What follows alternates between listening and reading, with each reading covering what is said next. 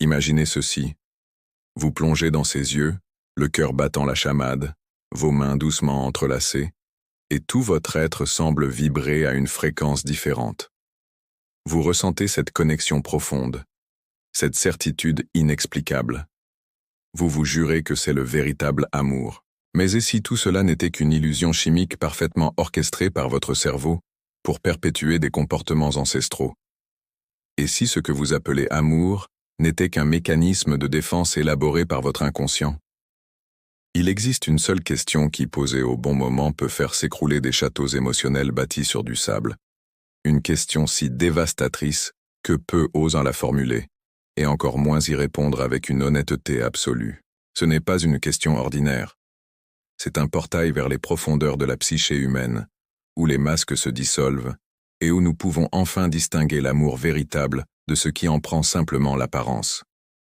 Le psychologue Carl Jung a dit un jour que connaître son ombre, c'est connaître son chemin. Et c'est précisément dans les ombres émotionnelles que nous trouvons la réponse à cette question. La plupart des gens vivent toute une vie sans jamais poser cette question, préférant le confortable déni à la douloureuse clarté qu'elle apporte. Ils choisissent de vivre dans des relations qui nourrissent leurs blessures au lieu de guérir leurs âmes. Avez-vous déjà ressenti cette voix intérieure qui murmure que quelque chose ne va pas, même quand tout semblait parfait en surface?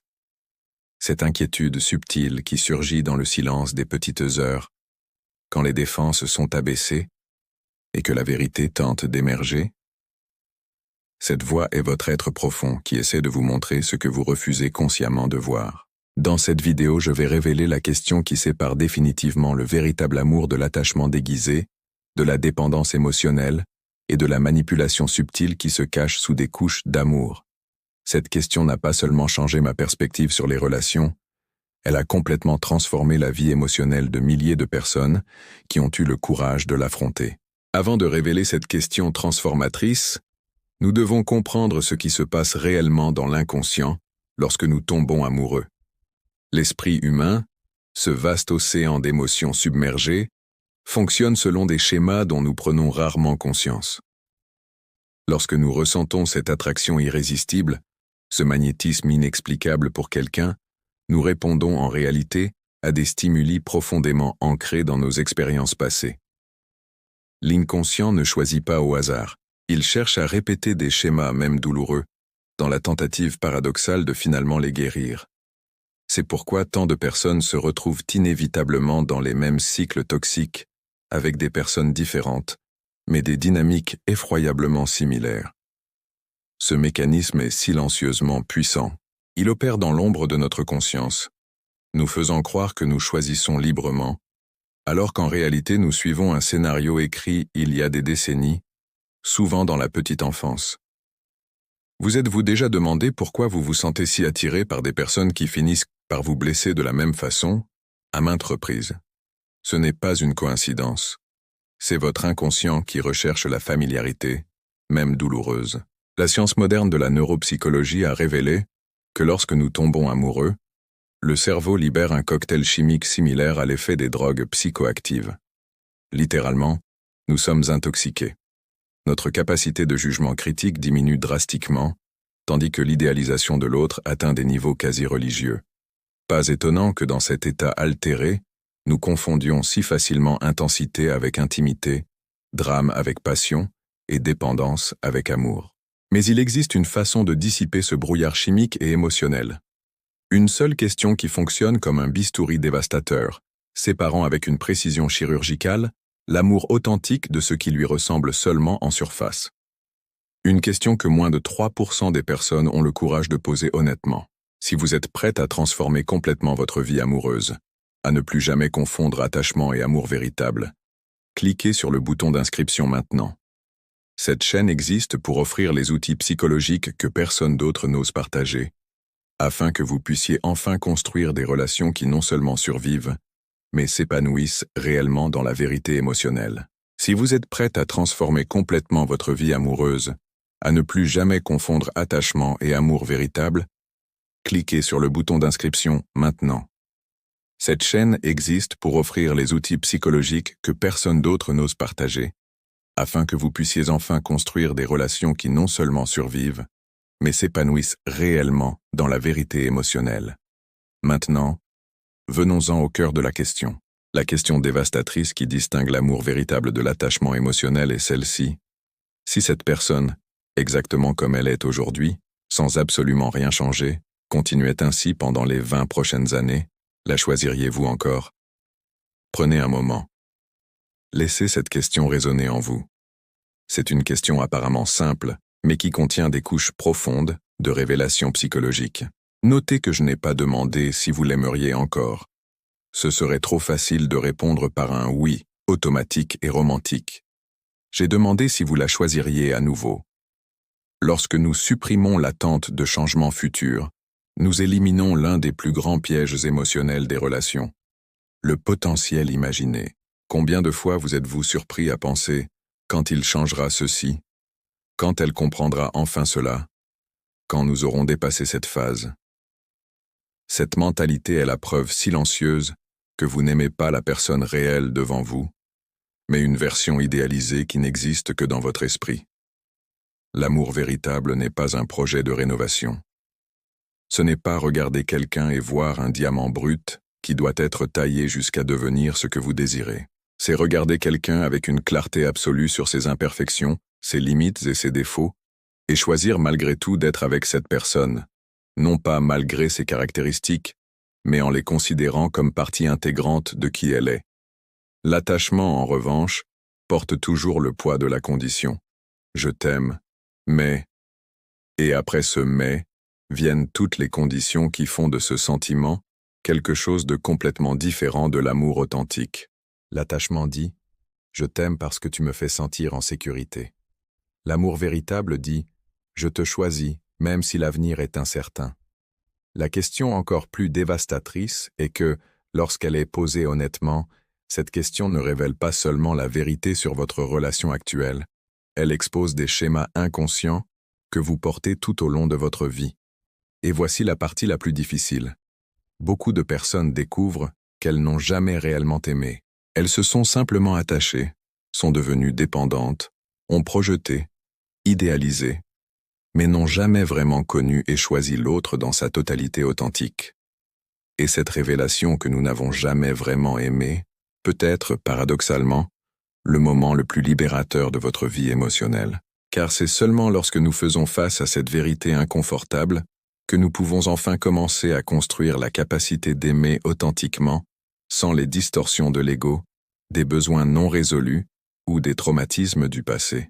La relation comme champ de bataille pour résoudre les blessures d'enfance est l'une des dynamiques les plus silencieusement destructrices que nous observons dans la psychologie moderne. Les gens cherchent chez leur partenaire la figure parentale qui n'a pas su les aimer, espérant inconsciemment que cette fois-ci le scénario aura une fin différente.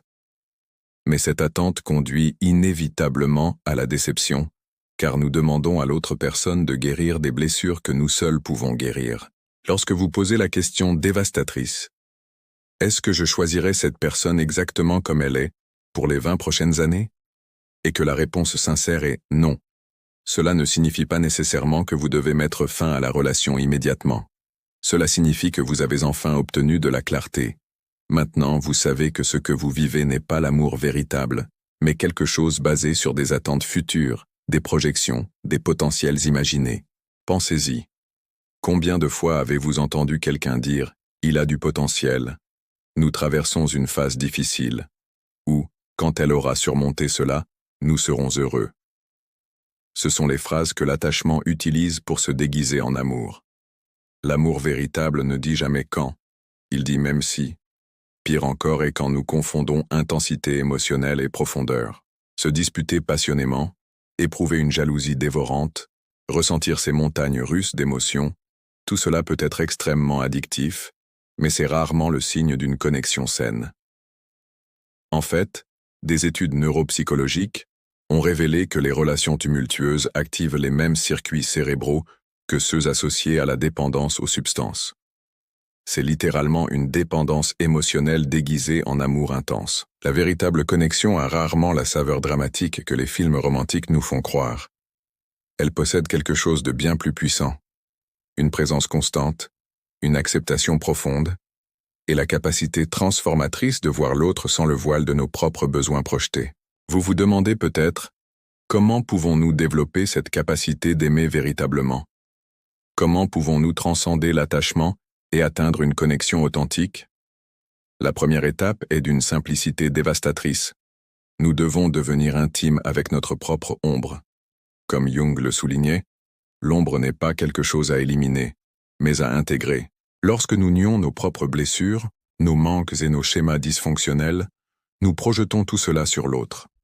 Nous créons une toile vierge où nous peignons nos attentes non réalisées. Le partenaire devient non pas une personne, mais un réceptacle de nos besoins non satisfaits. Et cela crée silencieusement une dynamique où les deux personnes ne sont pas en relation avec des êtres réels, mais avec des fantômes émotionnels du passé. En posant la question dévastatrice, est-ce que je choisirais cette personne exactement comme elle est pour les 20 prochaines années? Vous vous demandez en réalité quelque chose de plus profond encore. Ai-je la capacité d'aimer sans attente de retour émotionnel spécifique? Puis-je aimer sans essayer de changer l'autre? Puis-je aimer sans utiliser la relation comme véhicule pour résoudre mes propres blessures? Ces questions puissantes révèlent la vérité sur notre maturité émotionnelle. Car l'amour véritable exige quelque chose que peu de gens développent, l'autonomie émotionnelle. La capacité d'être complet en soi-même, de ne pas avoir besoin que l'autre comble ses vides. Lorsque deux êtres émotionnellement autonomes se rencontrent et choisissent de partager leur vie, non par nécessité mais par désir conscient, c'est l'amour véritable. Les signes révélateurs de cette autonomie apparaissent dans des moments subtils, dans la capacité de ne pas être d'accord sans détruire, dans l'habileté à rester présent même pendant les conflits, dans le courage de voir l'autre dans toute sa complexité sans simplification commode, dans la force de choisir l'amour à maintes reprises, même quand il serait plus facile d'abandonner. L'attachement, en revanche, cherche toujours à contrôler, posséder, modifier. Il dit « Je t'aime si tu ». L'amour véritable dit « Je t'aime ». Point final. C'est un choix transformateur que nous faisons non pas une fois, mais tous les jours, dans les petites et grandes décisions, dans notre façon de regarder, de parler, d'écouter, de demeurer. Le voyage pour distinguer l'amour véritable de l'attachement émotionnel n'est pas facile. Il exige une honnêteté dévastatrice envers soi-même que beaucoup ne sont pas prêts à affronter. Lorsque vous posez la question cruciale, est-ce que je choisirais cette personne exactement comme elle est pour les 20 prochaines années? Vous n'évaluez pas seulement votre relation actuelle. Vous redéfinissez complètement votre compréhension de ce que signifie aimer. L'amour véritable n'est pas une émotion passagère, mais un choix conscient renouvelé chaque jour. Ce n'est pas un sentiment qui nous arrive simplement, mais une capacité que nous développons à travers une profonde connaissance de soi et un courage émotionnel. C'est la décision de voir quelqu'un dans sa totalité complexe et pourtant choisir de marcher aux côtés de cette personne, non pas parce qu'elle comble un vide en vous, mais parce que sa présence enrichit une vie qui est déjà complète en elle-même. Souvenez-vous, l'opposé de l'amour n'est pas la haine, mais la peur d'être vulnérable, la peur d'être rejeté, la peur de ne pas être suffisant. Et c'est précisément cette peur qui nous maintient prisonniers dans des cycles d'attachement, dans des relations qui reflètent nos blessures non guéries, plutôt que notre capacité à aimer authentiquement. La question dévastatrice que j'ai partagée aujourd'hui peut être le point de basculement dans votre vie émotionnelle, le moment où vous percevez enfin la différence entre aimer quelqu'un et avoir besoin de quelqu'un, entre choisir et s'attacher, entre la liberté émotionnelle et la dépendance déguisée en romance. Si cette vidéo a touché quelque chose de profond en vous, si vous avez reconnu des schémas dans votre propre vie qui ont besoin d'être transformés, ne gardez pas cette révélation uniquement pour vous. Partagez cette vidéo avec quelqu'un qui, selon vous, a besoin d'entendre ce message.